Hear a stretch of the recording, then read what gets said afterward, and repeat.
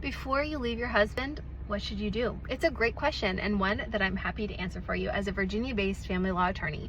Now, a couple of things I think you should look into. Whether you're thinking of physically leaving the marital residence, or whether you're hoping to live separate under the same roof for a period of time before you finalize your divorce, you should look at your state's laws surrounding separation and how exactly that's going to be achieved. Make sure that you don't waste any time doing things that the courts or the law doesn't recognize in your state. So you can make sure that every single second of your period of separation counts.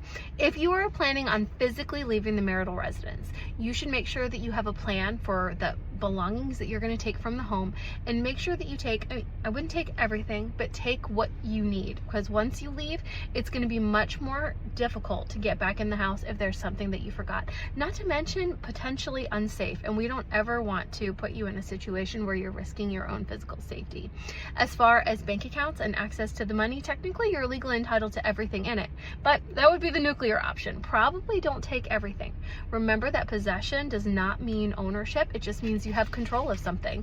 In equitable distribution, when the assets and liabilities are ultimately divided between the two of you, there still may be something that you need to account for if you've taken more than your share.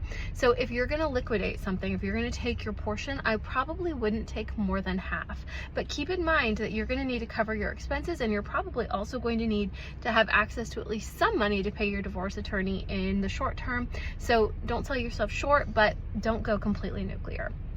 If you're leaving, you probably should also have a plan to take the kids as well. So I know that's a tricky situation, a difficult situation to be in, but you can't leave the kids behind and then petition for full custody later. If you left them, why? It doesn't make sense to the court. So you're going to want to make sure that you do all those things ahead of time before you leave your husband, and have a plan.